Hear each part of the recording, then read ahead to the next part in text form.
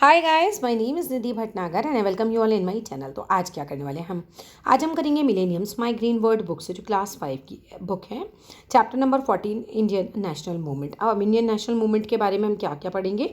हम पढ़ेंगे rise of Indian national movement के बारे में भी, किस तरीके से ये शुरुआत हुई इसकी। उसके आगे हम पढ़ने वाले हैं कि फॉर्मेशन कैसे हुई इंडियन नेशनल कांग्रेस की, कैसे बनी है। और हम पढ़ेंगे एक्सट्रीमिस्ट कौन थे, ये जो थे मॉडरेट्स थे, ये कौन थे, स्वदेशी आंदोलन क्या है, ठीक है, स्वदेशी आंदोलन क्यों हुआ था, क्यों पार्टीशन ऑफ बंगाल हुआ था एक्चुअली, है ना। और टूवर्ड्स अ न्यू डायरेक्शन, किस तरीके से हम एक नई डायरेक्शन की तरफ गए थे। जो मोहनदास करमचंद गांधी जो थे, उनका क्या मतलब कंट्रीब्यूशन रहा था गांधी जी का। तो चलो चैप्टर को शुरू कर देते हैं। You have read in the previous chapter that British rule India for about 200 years. तो आपने पढ़ा होगा पिछले चैप्टर में कि जो ब्रिटिश थे, उन्होंने हमारे इंडिया पर जो है वो करीबन 200 साल तक राज किया।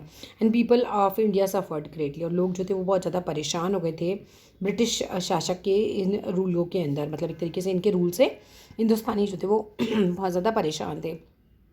द रिवॉल्ट ऑफ 1857 फेल हो गया था as it was fought in a small pocket of the country. अब देखो, हमारी कंट्री तो है बहुत सारी, बहुत बड़ी। तो अगर इतनी सी जगह पे कोई रिवॉल्ट हुआ तो उससे ज़्यादा कुछ फ़र्क तो पड़ेगा नहीं। तो ये जो था ये फेल हो गया था, ठीक है। और सरप्राइज यानी कि दबा दिया गया था ब्रिटिश के द्वारा। ब्रिटिश लोगों ने क्या किया, इसको अपनी पावर से एकदम दबा दिया। मतलब लोगों को इतना विद्रोह जो वो कर रहे थे ना, इनका जो पूरा विद्रोह होता है इसको दबा दिया गया।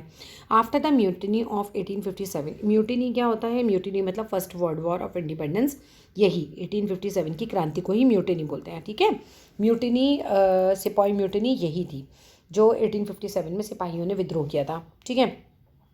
After the mutiny of 1857 the queen of England ने कैंसिल कर दिया था charter of the east India company. अब चार्टर को मैं आप लोगों को बताती हूँ। तो चार्टर क्या होता था, ऐसे समझ लो कि एक कागज़ है जिसके ऊपर सारे के सारे जो थे वो लिखे जाते थे। जैसे भाई कॉन्ट्रैक्ट हो जाता है ना कि भाई आप यहाँ पे काम करोगे तो फिर क्या क्या शर्तें रहेंगी एक तरीके से, ठीक है। लेकिन ये शर्तें, ये जो भी चार्टर था, जो इनका कॉन्ट्रैक्ट था, वो कैंसिल कर दिया गया था 1857 के बाद। जब क्रांति हुई थी, किसने कैंसिल किया था? क्वीन ऑफ इंग्लैंड ने कैंसिल किया था, ठीक है। और किसके साथ कैंसिल किया था? ईस्ट इंडिया कंपनी के साथ। तो इन लोगों का जो चार्टर होगा ना वो कैंसिल कर दिया गया था। अब क्या हुआ? India was brought under the British crown directly. अब जो ईस्ट इंडिया कंपनी जो सबसे पहले भारत में व्यापार करने आई, अच्छे से समझना, सबसे पहले भारत में व्यापार करने आए थे अंग्रेज़ों में ईस्ट इंडिया कंपनी, ठीक है। ईस्ट इंडिया कंपनी आई थी, लेकिन 1857 की क्रांति के बाद ईस्ट इंडिया कंपनी जो थी वो बंद हो गई। अब डायरेक्ट शासन किसका हो गया? क्वीन ऑफ इंग्लैंड का हो गया। अंग्रेज़ नहीं गए हैं, ध्यान रखना, अंग्रेज़ नहीं गए हैं यहाँ से, ठीक है। ईस्ट इंडिया कंपनी जो है वो बंद हो गई है और अब क्वीन ऑफ इंग्लैंड का डायरेक्ट शासन होगा अब हमारे ऊपर, right. Viceroy was the representative of British government. अब वायसराय जो होती थी एक पोस्ट है, जैसे आपकी भी प्रधानमंत्री, राष्ट्रपति, ऐसा अलग अलग पोस्ट होती है ना, तो उस समय एक वायसराय पोस्ट होती थी। तो वायसराय कौन थे? रिप्रेजेंटेटिव थे ब्रिटिश गवर्नमेंट के। जैसे ब्रिटिश गवर्नमेंट यहाँ पर है और ये हमारा भारत है, तो यहाँ से एक वायसराय बंदा समझ लो एक आया, ठीक है। तो इनके अंडर में अब हमारा देश चल रहा है, ठीक है। ये रिप्रेजेंटेटिव थे, एक तरीके से रिप्रेजेंट कर रहे थे अपने देश को। His role was to run our country. इनका काम क्या था कि भाई हमारा ये यहाँ से आए हैं और ये क्या करेंगे, ये अब हमारे देश को चलाएंगे, ठीक है। तो इनका काम था हमारी कंट्री को रूल करना, एक तरीके से हमारी कंट्री पे शासन कर रहे थे ये। अब इसके बाद क्या होता है? Rise of Indian national movement. अब एक टाइम ऐसा आता है जब राइज होता है इंडियन नेशनल मूवमेंट का। अब ये क्या है? Policies of British government turned harsher towards Indians. जो पॉलिसीज़ ये लोग बना रहे थे, ब्रिटिश गवर्नमेंट जो पॉलिसीज़ बना रही थी, ठीक है भाई, जो भी लॉ वगैरह ये पास कर रहे थे, कानून वगैरह इनके आ रहे थे, ये हार्शर हो रहे थे बहुत ज़्यादा ही हमारी तरफ। हार्शर माने बहुत सख्त थे इंडियंस की तरफ, ठीक है। And hence their suffering increase, और हमारी परेशानियाँ इसीलिए बढ़ती जा रही थी। People of India protested against them. लोगों ने इनके खिलाफ प्रोटेस्ट किया।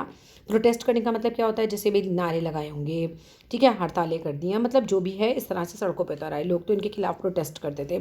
This give a rise to national wide struggle, और नेशन वाइड स्ट्रगल। तो इसकी वजह से क्या हुआ? लोगों के अंदर जो थे भावना जागी और काफ़ी ज़्यादा बड़ा स्ट्रगल हुआ फिर फ्रीडम के लिए, स्वतंत्रता के लिए, which is known as Indian national movement. इसी को हम बोलते हैं इंडियन नेशनल मूवमेंट। एक मूवमेंट जो पूरे नेशन में एक साथ हुआ, ठीक है। A number of thinkers and reformers played a key role in advancing the movement. अब बहुत सारे जो थिंकर्स थे, थिंकर्स कौन होते हैं? विचारक, ठीक है।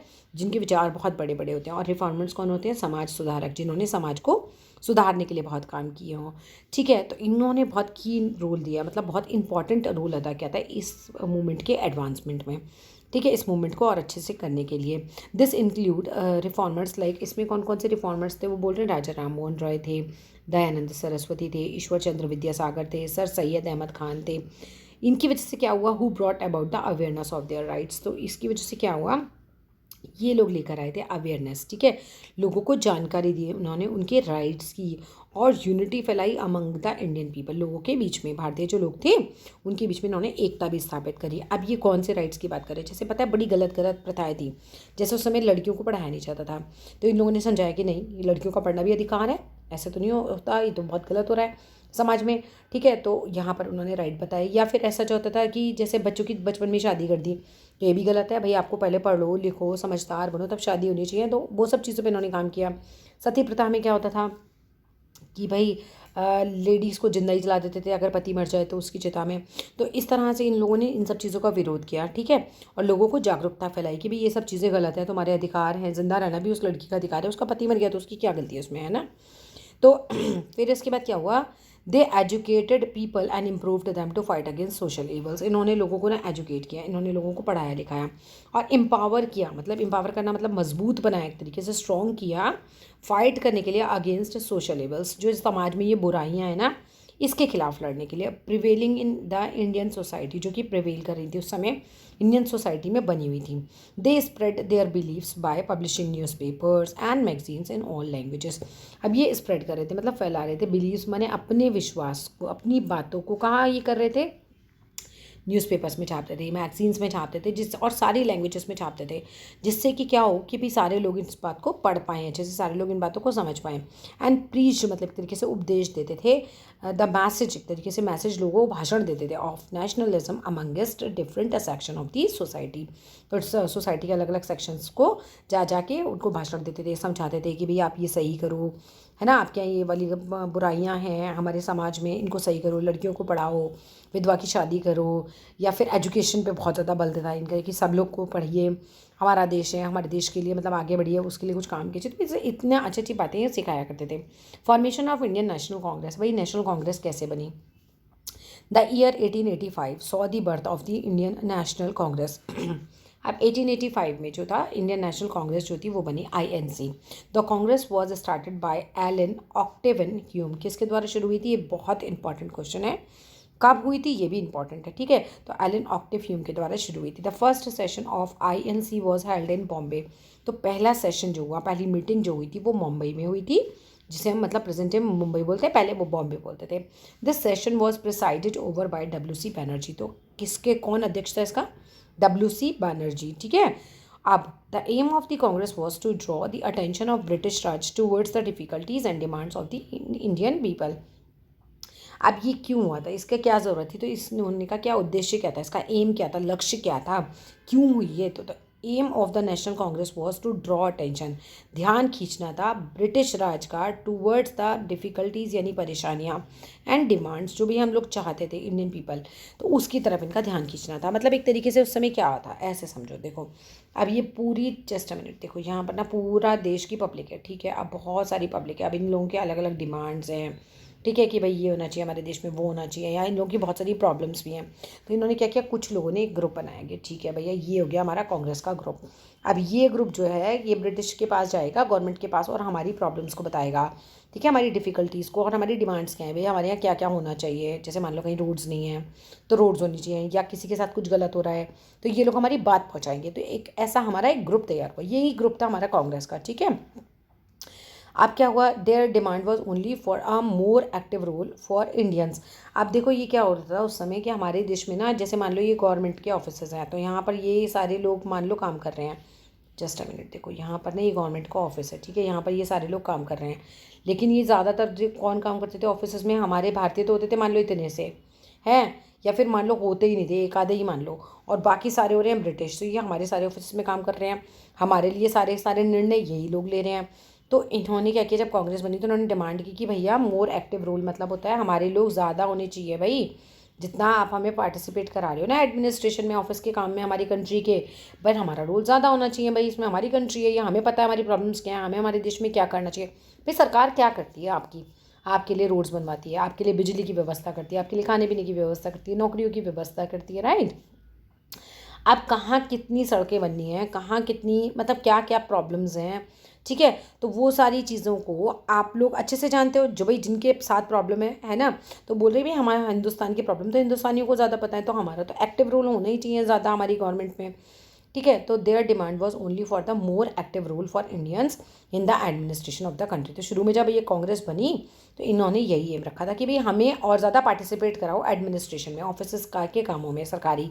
There for the Congress leaders at the same time were called moderates. तो इसीलिए, क्योंकि भाई उनकी ज़्यादा कुछ डिमांड तो थी नहीं, उनकी तो डिमांड यही थी कि भाई मोर एक्टिव रोल होना चाहिए हमारा एडमिनिस्ट्रेशन में, तो इनको कहा जाता था मॉडरेट, यानी कि उदारवादी नेता, उदारवादी। दिल बड़ा था इनका, प्लीडिंग में विश्वास करते थे, रिक्वेस्टिंग में काम करते थे ये सारे के सारे। They were based besides a Hume के अलावा एंड WC बनर्जी के अलावा और कौन कौन थे? SN बनर्जी थे, गोपाल कृष्ण गोखले थे, फिरोज शाह मेहता थे, बदरुद्दीन तब्याजी थे, एंड दादा भाई नौरोजी थे। तो इन सब के नाम अच्छे से याद कर लेना कि भाई मॉडरेट लीडर्स कौन कौन थे, कांग्रेस कब बनी थी, किसने बनाई थी, प्रिसाइडेड किसके द्वारा की गई थी, ठीक है। तो ये सारी चीज़ें अच्छे से याद कर लेना। आप आ जाओ नेक्स्ट पार्ट पे। The British remained indifferent to those demands. अब ब्रिटिश को तो कोई परवाही नहीं थी हमारी उन डिमांड की। And these leader lost faith in British government. और फाइनली इन लीडर्स का जो था विश्वास ही उठ गया ब्रिटिश गवर्नमेंट से। उन्होंने बोला, ये लॉस्ट फेथ है ना, तो उन्होंने बोला कि भैया ये तो ऐसे ना कुछ सुनेंगे ही नहीं, इतने प्यार से तो ऐसे सुनेंगे नहीं। अब क्या हुआ, कांग्रेस में मान लो 100 लोग हैं, तो 100 लोग में से एक ग्रुप और निकल के आया बीच में से ही, कांग्रेस में से ही। वो ग्रुप था लाला लाजपत राय, बाल गंगाधर तिलक, बिपिन चंद्र पाल और ऐसे ही लोग और थे। ये बने एक्सट्रीमिस्ट। अब इन्हें क्या लगा कि भैया हमारे इतने प्यार वाले ग्रुप, जो मॉडरेट का ग्रुप है ना हमारा, ये जो उदारवादी नेता है, इनसे तो ये प्यार से तो सुनेंगे नहीं, तो हम जो है वो भाई अपने तरीके से फिर इनसे स्वतंत्रता लेंगे। तो परेशान कर रहे हैं हम लोगों को, हमारी बात तक नहीं सुन रहे हैं बिल्कुल अच्छे से, ठीक है। तो सम लीडर्स जैसे लाला लाजपत राय हो गए, बाल गंगाधर तिलक हो गए, बिपिन चंद्र पाल हो गए, ये पुट फॉरवर्ड, ये आगे आए द डिमांड लेकर, क्या? पूर्ण स्वराज। इन्होंने बोला भाई अब हमारे देश से निकलो, हमें तो क्या चाहिए? कंप्लीट फ्रीडम चाहिए। और पूर्ण स्वराज का मतलब यही होता है, complete freedom from in front of British. तो उन्होंने कहा भाई ब्रिटिश लोगों से कि ये हमारा देश है, आप हमारे देश से निकल जाइए और हमको ना पूरा गवर्नमेंट हम अपने आप ही चलाएंगे हमारा, ठीक है। भाई पहले हम आपसे कह रहे हैं कि हमें थोड़ा सा पार्टिसिपेट ज़्यादा करने दो, तो आप हमें करने नहीं दे रहे हो। तो फाइनली कुछ लोगों को लगा कि ये लोग तो ऐसे सब प्यार से बोलते रहेंगे, इनसे तो ये तो सुनेंगे नहीं ऐसे, ये तो हमारी कोई डिमांड मान ही नहीं रहे हैं। तो फिर उन्होंने कहा पूर्ण स्वराज के लिए ये लोग आगे आ गए। एक और ग्रुप बन गया एक्सट्रीमिस्ट का, ठीक है। वही मॉडरेट्स में से ही निकले लोग, एक ग्रुप बन गया एक्सट्रीमिस्ट का। अब देवर फेमसली कॉल्ड, जो लाला लाजपत राय थे, बाल गंगाधर तिलक थे, बिपिन चंद्र पाल थे, तो ये लोग क्या बन गए थे? लाल बाल पाल, ठीक है। इनको ग्रुप को बोलते थे लाल बाल पाल। अब तिलक फेमस स्लोगन क्या था? तिलक का फेमस स्लोगन था freedom is my birth right. तो ये बहुत इंपॉर्टेंट क्वेश्चन है, बिल्कुल आ जाता है कि तिलक का फेमस स्लोगन बताइए कौन सा है? तो वो है freedom is my birth right and I shall have it. मैं से लेके रहूँगा। स्वदेशी आंदोलन की अगर हम बात करें तो British tried their best to control this movement. जो अंग्रेज़ थे ना, उन्होंने तो पूरी कोशिश कर ली थी कि भाई किसी भी तरीके से इस मूवमेंट को जो है वो हम कंट्रोल कर लें। भाई लोग इनके खिलाफ उतर रहे थे सड़क पे, ठीक है, तो वो तो खतरे में आ गई थी ना उनकी सरकार। तो भाई इस तरीके से तो divided the biggest state in their rule. अब इन्होंने क्या किया, जो इनके शासन के अंदर हमारा जो स्टेट आता था एक बहुत बड़ा, उसको ना डिवाइड कर दिया, बंगाल को अलग कर दिया। अब बंगाल को अलग करने के पीछे इनका कारण ये था भारत से कि इन्होंने क्या किया था, इन्होंने हिंदू मुस्लिम को लड़वाना चाहते थे। एक तरफ तो हिंदू बहुत ज़्यादा कर दिए और एक तरफ इन्होंने मुसलमान बहुत ज़्यादा कर दिए। तो इन्होंने कहा कि भी मुसलमान जो दूसरी साइड चले जाओ। अब ये ना क्या हुआ, फिर ये तो हमारे हिंदुस्तानी बेवकूफ़ तो थे नहीं, वो समझ गए कि भैया ये हिंदू और मुसलमानों को आपस में लड़वाने के लिए इन्होंने बंगाल को अलग किया है। They divided the biggest state in their rule Bengal into east and west Bengal, ठीक है। ईस्ट और बंगाल वेस्ट बंगाल में डिवाइड कर दिया बंगाल को ही। अब क्या हुआ, this added more fuel to the freedom struggle. अब इसने तो और आग भड़का दी लोगों के बीच में, क्योंकि लोग समझ गए कि भाई ये क्या होता है, ईस्ट बंगाल और वेस्ट बंगाल क्यों अलग कर रहे हो तुम इस तरीके से, ठीक है, क्यों हिंदू मुस्लिम को अलग अलग करा जा रहा है। तो अब इसके बाद क्या हुआ, the result was a call for a boycott by the Congress leaders. अब कांग्रेस के लीडर्स ने कहा कि भाई बंगाल आप वापस लीजिए और ऐसा कुछ नहीं होगा, कोई विभाजन नहीं होगा हमारे देश का। और लोगों ने क्या किया, बाइकॉट कर दिया। कांग्रेस के लीडर्स ने कहा कि आप ना सब पब्लिक से बोल रहे हैं, अब कांग्रेस के लीडर्स कि आप ना इनका कोई सामान मत खरीदो, इनका बाइकॉट कर दो बिल्कुल, इनकी कोई चीज़ मत लो, कोई सामान मत खरीदो इनसे, इनके स्कूलों में मत जाओ, इनके चर्चेज़ में मत जाओ, बिल्कुल जब ये परेशान हो जाएंगे, भाई ये तो व्यापारी हैं एक तरीके से, अब इनका व्यापार ही नहीं चलेगा, आप इनका सामान ही नहीं खरीदोगे, इनका कुछ भी नहीं करोगे, तो फिर एक तरीके से वापस चले जाएंगे यहाँ से। ठीक है, तो इन्होंने कहा बाइकआउट करो। अब दे आस्क्ड ऑल ट्रेडर्स, इन्होंने सारे व्यापारियों से क्या कहा, इन्होंने सारे व्यापारियों से कहा कि भाई people to boycott the use of all foreign made goods, तो जितने भी फॉरेन में बने हुए सामान हैं उन सबको क्या कर दो, आप बाइकआउट कर दो। इन सम प्लेसेस, कुछ जगहों पे पीपल बिल्ट ह्यूज बोनफायर, लोगों ने बहुत बड़े बड़े बोनफायर मतलब एक तरीके से लकड़ी लगा के ऐसे आग लगा दी। ठीक है, एंड बर्न कर दिए ऑल फॉरेन गुड पब्लिकली, और पब्लिकली मतलब लोगों के सामने ही बहुत सारे सामान जो है वो जला दिए।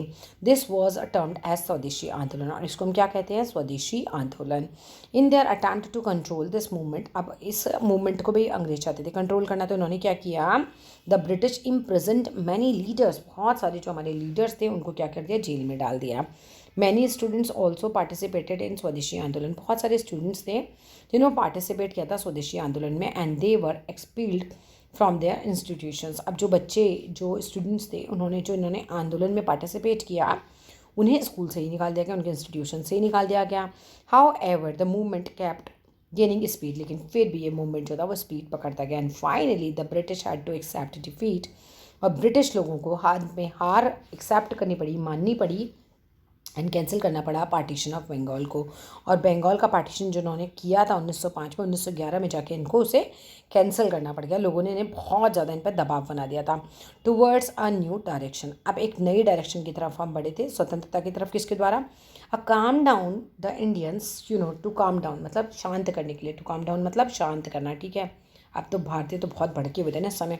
ब्रिटिश ने अलाउ किया था them to participate in some of the elections, की चलो भाई ठीक है, हम थोड़ा सा आपको अधिकार दे देते हैं, मतलब हमारे देश में हम ही को थोड़े से अधिकार मिल रहे थे कि चलो पार्टिसिपेट कर लेते हैं, आप लोगों को हम अधिकार देते कि आप पार्टिसिपेट कर पाओ कुछ इलेक्शंस में। मील वाइल इसी बीच क्या हुआ, द फर्स्ट वर्ल्ड वॉर हुई 1914 में। देखो बहुत सारे देशों के बीच में युद्ध हुआ था, सबको पता है, वर्ल्ड वॉर फर्स्ट हुई थी। ठीक है, वर्ल्ड वॉर 2 हो चुकी हैं अभी तक, एक तो विश्व युद्ध 1 वर्ल्ड वॉर 1, और दूसरा विश्व युद्ध 2 यानी कि वर्ल्ड वॉर 2 हो चुकी है। अब क्या हुआ, वर्ल्ड वॉर 1 हुई 1914 में, सबसे पहला विश्व युद्ध। विश्व युद्ध क्या होता है, जिसमें बहुत सारे देश आपस में लड़ते हैं ग्रुप बना बना के। अब क्या हुआ, जो ब्रिटिश ने प्रॉमिस किया Indian greater freedom, the British promised Indians greater freedom इस governance after the First World War. अच्छा देखो, ब्रिटिश ने क्या कहा कि जो आप फर्स्ट वर्ल्ड वॉर में ना हमारी तरफ से लड़ो आप लोग। ठीक है, हिंदुस्तानियों को कह रहे हैं, सिपाहियों को, कि भाई आप हमारी तरफ से लड़ो फर्स्ट वर्ल्ड वॉर में हमारे ग्रुप की तरफ से, और फिर हम क्या प्रॉमिस करते हैं आपको कि भाई हम जब हम जीत जाएंगे तो हम क्या करेंगे, आपको ना पूरा फ्री आज़ाद कर देंगे। ठीक है, आप हमारी तरफ से लड़िए और हम आपके देश को आज़ाद कर देंगे। तो ऑब्वियस सी बात है, सिपाहियों को तो उम्मीद ही होगी कि हाँ भाई हम जीत जाएंगे और तो हमारा देश मिल जाएगा वापस से। Only one this promise, only on this promise Indian soldiers ने क्या किया, फॉट किया for the British in the war. तो हम जो थे वो ब्रिटिश की तरफ से फिर हमारी देशवासी लड़े, but their hopes were dashed, और फिर लेकिन उनकी जो उम्मीदें थी वो पूरी बर्बाद हो गई एक तरीके से, क्योंकि उन्होंने हमें आज़ाद नहीं किया था ऐसे इतनी आसानी से। फिर भी the British adopted even stricter policies towards Indian, और इसके बाद तो क्या हुआ, ब्रिटिश होते थे बदतमीज़ थे, चालाक थे, समझो कि ना उन्होंने हमें धोखा दे दिया एक तरीके से, वो तो और स्ट्रिक्ट पॉलिसीज़ लाने लगे इंडियंस की तरफ। ठीक है, दे मेड सेवरल लॉज, उन्होंने क्या किया, बहुत सारे कानून बनाए, सेवरल लॉज बनाए to disturb the freedom movement, कि भाई जो फ्रीडम मूवमेंट चल रहा है ना लोगों के बीच में, स्वतंत्रता का आंदोलन, जिससे उसे वो डिस्टर्ब करेंगे, ऐसे ऐसे कानून ले आए कि भाई आप ऐसे करोगे, सड़क पे आओगे तो जेल में बंद कर देंगे, या इस में आंदोलन में भाग लोगे तो जेल में बंद कर देंगे, नौकरी चली जाएगी, इससे से करके करने लगे, और इन्फोर्स माने लादने लगे, इन्फोर्स दैम हार्शली, मतलब एक तरीके से बुरी तरीके से ऐसे कानून लोगों पे लादने लगे on the people of India. फिर क्या होता है देखो, new energy was added to the freedom struggle. अब नई एनर्जी आई कहाँ से, मोहनदास करमचंद गांधी से। ये क्या थे उस समय, ही वॉज द बैरिस्टर, ये हु मतलब मोहनदास करमचंद गांधी, ये बैरिस्टर माने वकील थे, साउथ अफ्रीका में, ये वापस आए इंडिया। ठीक है, ही फॉट वहाँ पर, कहाँ पर, साउथ अफ्रीका में। He fought there successfully against the policies of racial discrimination. अब क्या हो रहा था, रंग भेद चल रहा था साउथ अफ्रीका में भी, जब जिस समय गांधी जी वहाँ पे थे बैरिस्टर, वहाँ पे साउथ अफ्रीका में भी लोगों को ना गोरे काले का बहुत ज़्यादा, जाति पाति का बहुत ज़्यादा भेदभाव चल रहा था, उसके खिलाफ ये लड़े थे। ठीक है, यही डिस्क्रिमिनेशन मतलब भेदभाव ही होता है। तो अब क्या हुआ, ही रिटर्न टू इंडिया, ये वापस आए with his experience to protest against raw policies of the British government. अब इन्होंने क्या किया था, जब ये वापस लौटे थे ना, तब इनके पास था एक्सपीरियंस, प्रोटेस्ट करना मतलब रक्षा करने का, अगेंस्ट माने किसी चीज़ के विरुद्ध, रॉन्ग पॉलिसीज़ के विरुद्ध ऑफ द ब्रिटिश गवर्नमेंट। तब जब ये लौटे थे तो क्योंकि ये ब्रिटिश गवर्नमेंट की रॉन्ग पॉलिसीज़ का ऑलरेडी विरोध करने का इनके पास एक्सपीरियंस था, and gave a new direction to the freedom struggle. और इनकी वजह से ही जो हमारा जो फ्रीडम स्ट्रगल था ना, जो स्वतंत्रता आंदोलन था, उसको एक नई डायरेक्शन मिली। ठीक है, he came to be known as Bapu. और महात्मा गांधी को हम और क्या कहते हैं? महात्मा, या फिर हम उन्हें बापू के नाम से भी जानते हैं। ही लेड विदाउट आर्म्स, ही लड़े थे बिना किसी हथियार के, ट्रुथ के द्वारा, एंड हिज शील्ड, उनका जो कवच था, कवच माने क्या होता है? जो आपकी रक्षा करे बात, वो थी नॉन वायलेंस। भैया मत लड़ो, non violence is weapon. Non violence उनका वेपन था, और क्या था? सच्चाई इनका कवच थी। ठीक है, वो बिना आर्म्स के लड़े, सच्चाई इनका कवच थी, इनकी रक्षा करती थी इनकी सच्चाई, और अहिंसा ही इनका सबसे बड़ा हथियार था, वेपन था। ठीक है, तो यहाँ फिनिश होता है ये चैप्टर। ये जो है पॉइंट्स टू रिमेंबर बहुत इंपॉर्टेंट होते हैं, थिंग्स टू रिमेंबर, राइट? तो इनको बहुत अच्छे से कर लेना। ठीक है भाई, जैसे आप ये देखो ना, the queen of England brought India directly under the British government after the mutiny of 1857। तो आपसे पूछ सकते हैं भाई कि भाई कब हुआ था ये ब्रिटिश गवर्नमेंट, जो हमारा ये जो कौन सी कंपनी थी हमारी, अंग्रेज़ों की जो कंपनी थी ना, ईस्ट इंडिया कंपनी, वो कब ख़त्म हुई थी? ठीक है, और क्वीन ऑफ इंग्लैंड का जो शासन था वो कब शुरू हुआ था? फिर रिफॉर्मर्स के नाम बता दो थोड़े से, तो वो लिखने के लिए आ सकते हैं। इंडियन नेशनल कांग्रेस कब स्टार्ट हुई थी? ठीक है, किसके द्वारा स्टार्ट हुई थी? ये भी क्वेश्चन आ सकता है। और कांग्रेस किसके द्वारा लेड की गई थी? बाय द मॉडरेट लीडर्स के नाम बताओ। ठीक है, तो वो भी बता सकते हैं आप लोग। और ये बताओ कि आपको यहाँ पर जो एक्सट्रीमिस्ट हैं उनके कुछ नाम बताइए। लाल बाल पाल कौन थे? ये क्वेश्चन भी आ सकता है। स्वदेशी आंदोलन जब स्टार्ट हुआ था तो क्यों स्टार्ट हुआ था वो? ठीक है, वो भी क्वेश्चन बन के आ सकता है कि पार्टीशन ऑफ बंगाल के कारण स्टार्ट हुआ था। फर्स्ट वर्ल्ड वॉर क्या कब हुई थी? ठीक है, मोहनदास करमचंद गांधी किसको कहते हैं? फिर बापू जो उनका नाम है, तो बापू किसको कहा जाता है? कुछ भी क्वेश्चन आपके आ सकते हैं। ठीक है, अब ये बैक एक्सरसाइज है, ये अच्छे से क्वेश्चन मैं आप लोगों को दिखा देती हूँ। क्वेश्चन आप करके देखना, अगर नहीं आते हैं तो फिर मुझे कमेंट बॉक्स में लिखना, फिर मैं देखती हूँ आप लोगों के लिए इसके आंसर्स भी बनाने के बारे में। और ये देखो, यहाँ से भी एक बहुत अच्छा पॉइंट आ रहा है। Sardar Vallabh Bhai Patel is also known as the iron man of India.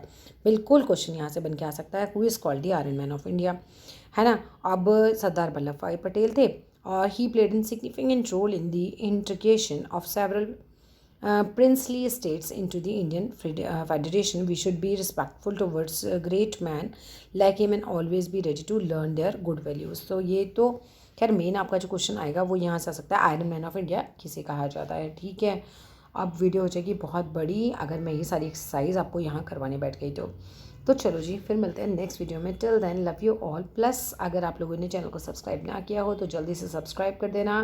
इनकी तस्वीरों को अच्छे से देख लेना, मैम बिल्कुल आपको पिक्चर्स दे सकती हैं।